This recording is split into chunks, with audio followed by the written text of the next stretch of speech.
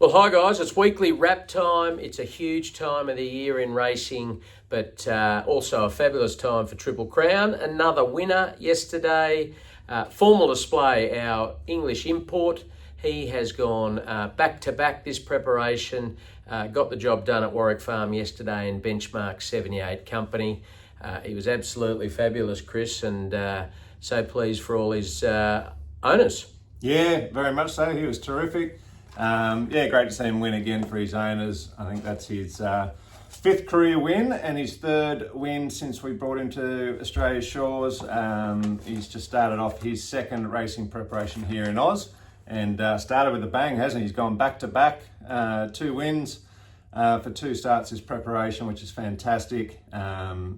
Good to see him go on with it and did it very comfortably and quite a dominant win in the end. Well ridden by Molly Fitzgerald. Had the bit of a tricky gate, but bounced out of the gates really well. She eased him across to just sit outside the leader, which is perfect positioning. Found themselves in front very early in the straight. It was probably the only minor concern, but to his credit, he was very tenacious and maintained his lead the whole way through to the line. And as I say, ended up being quite a dominant win. So congratulations to all his owners. That was a big thrill for all of us. So as Annabelle said on TV yesterday, we probably milked midweek company as much as we can, claim after claim, and now we'll head off to Saturday company. He's now at Benchmark 87. So excited for what's in store for him next start and beyond. But well done again to all the owners. As I mentioned, huge day tomorrow, Chris. Day 1 of the championships, 4 Group 1s, Derby, Doncaster Day. Great time of year.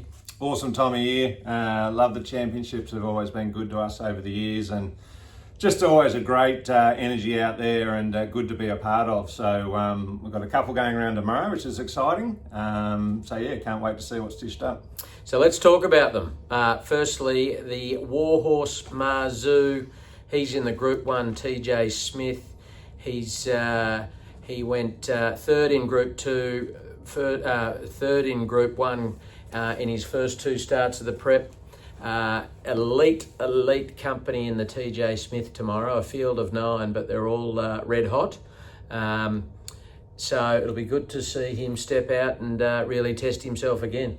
Yeah, it's going to be really interesting. 1,200 metres is more to his liking than the previous 2 starts, which have probably a tad short of his ideal trip. And as you mentioned, he went third in both of them, but only ahead, or half ahead, or whatever it was, from the winner. So outstanding performances for those 2 lead-up races to this big assignment in the Group 1. I'd say arguably he's probably in better form at this stage of the carnival than he has been for the last couple of years with those couple of lead-up runs. So really pleased with what he's doing. Joe Pryde's got him humming along very well. And I think, look, we'd obviously love a heavy 10 out there that would maximise his chances, but as we've seen in the last couple of weeks, he's as honest as the day is long and he'll perform very well on whatever track is dished up. But unfortunately for him, I'm pretty sure it won't be a heavy 10. No, I'm pretty sure it won't either, and let's not even talk about it anymore because he's very good on a dry track too. Certainly is. So, and then we have Kajenga. She's resuming this preparation in the Group 3 PJ Bell Stakes, the last race of the day. Very exciting. I certainly had a few excited kids last week when they found out that Car Ying Rising's jockey Zach Purton would be riding her. So he's made the trip out for the weekend. Some say it's for Giga Kick, I say it's for Kajenga. Correct. And so good to have him on board. She was a little disappointing in her trial last Friday. Another jet-setting jockey, Tommy Marquand, was on board and just said she really just didn't feel that comfortable in the shifty track. So hopefully that was all it was. She was excellent first up last preparation. This is a little bit of a tidbit for you. Same track and trip. She came 4th in a Group 2 behind Apocalyptic, Tupakara and Savvy Halley. Not bad form. Not bad form. So if she can turn that on again tomorrow, she's going to be right in the money. Well, it's anyone's guess what's going to happen tomorrow here, Sam, I think, with Kajenga. She's been absolutely flying in her work. She's really matured up nicely this preparation, or since her last preparation, I should say, and has been shooting the lights out in track work. And I know Annabelle and Rob have been particularly pleased with her. Trialled enormous, first trial back, and then, as you mentioned, second trial was disappointing and very uncharacteristic. So a bit of a head scratcher, that one. They haven't been able to find any issues with her whatsoever following that. It was a bit of a shifty, weird sort of surface that day, so I'm hoping it was more of a confidence thing in that regard. So look, I think clearly if she puts her best foot forward, she'll give a race like this a real big shake. But who knows? I don't know exactly how she's going to go, because that trial puts a question mark in the back of your mind. But I'd like to think that she will bounce back from that and give this a massive shake, as I say. She's your negative. I just said she's going to give it a massive shake. She'll win it. There you go. Yeah, there you go. Win it by 4. Yep, absolutely. So good luck to all the owners out at Randwick tomorrow. Big day. And then we have Missile Magnate, who is at Wyong tomorrow. He is in Class 1 handicap over 1,300 metres. I should have had that written down. Molly Fitzgerald on board. She rode formal display yesterday, so she's in fine form. Claiming a 1.5 kilos, drawn barrier 2, and I've written here, hard to beat. Hard to beat. I reckon he is going to be... He was fabulous last start. From a wide barrier, was wide or back the whole time. I just think barrier 2 in this company, I think he's a red hot chance. Yeah, he's a lovely horse, Missile Magnate, and he has been in good form this preparation. Third, first up over the 1,000, second up over the 1,200, and now we progress to 1,300 metres for the first time in his career, and I would like to think that'll suit him down to the ground, and I agree. I think he will be hard to beat, and might give it a good shake too, Kajenga style. Very good. Nowra on Sunday, we have Bavaco in the benchmark 58 over 1,100 metres. Louise Day on board, drawn barrier 3. Rinse and repeat. I think if the track isn't too wet, he'll also be pretty hard to beat. We certainly got it in him. We saw that a couple of starts back with an excellent win. So yeah, I'd love to just see some good speed on in this race here, and he'll, if there is, I'm sure he'll show that turn of foot that he's got, and hopefully just goes whoosh and goes straight on past. That's when the question marks all start. There's a few of them, isn't there? So Wednesday at Hawkesbury, we have a couple of 2-year-olds nominated for the 2-year-old handicap over 1,100 metres. Last start winner, Hellenic Bell. She was fabulous at Muswellbrook last week. And she's nominated again. She's got a couple of options, including the Wellington Boot, $200,000 Wellington Boot. Yep. And we also have Wild Courage, who will be on debut, who's nominated as well. A very good second trial at the same track. Rachel King on board, and there was Sting out of the ground that day, and she handled that. So really excited to see her step out as well. Both have got other options, but if they do step out, it'll be great to see them both. Yep, I don't know how you want me to elaborate on that. I think you covered all bases, but as you say, 2 good options for both horses, and we'll just have to assess as we get closer if that's where they're going to go or not. But I know Rachel King was very pleased with Wild Courage's trial, which was lovely, and obviously Hellenic Bell is flying, so whichever one of them go in that race, or their other assignments, they'll be very competitive wherever they run. I'm not sure we'll want to go head to head, but if they do, a Quinella would be lovely. Certainly would.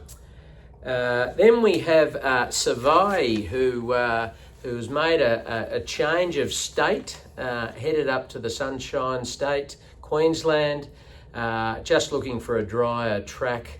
And probably a bit of weight relief. He's been carrying plenty of weight over the last couple of runs.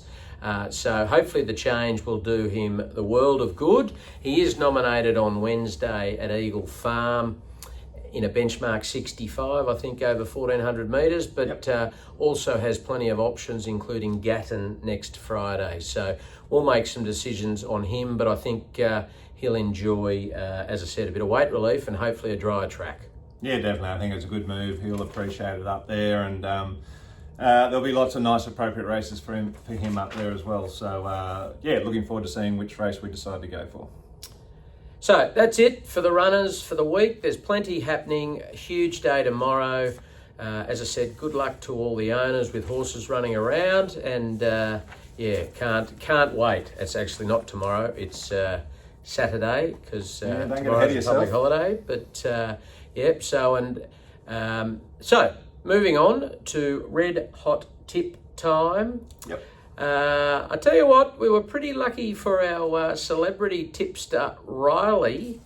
And just to be clear, he knows a lot more about tipping than his father does. Well done, Riley. Captain Furai, paying $3.50 too, so the odds backing short price favourites doesn't run in the family. But well done, Riley. Hopefully we've got another one from you this week and not just your dad's rubbish.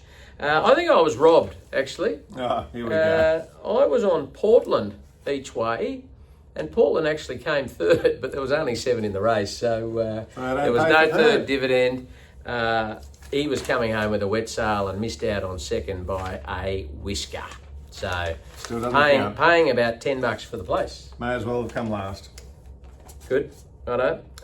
So this week, before I ask you what you've got, I have had some feedback. I don't always love feedback, Sam. Yeah, no, it's not good. I think you're a disgrace. So does Nerida. Shout out to Nerida.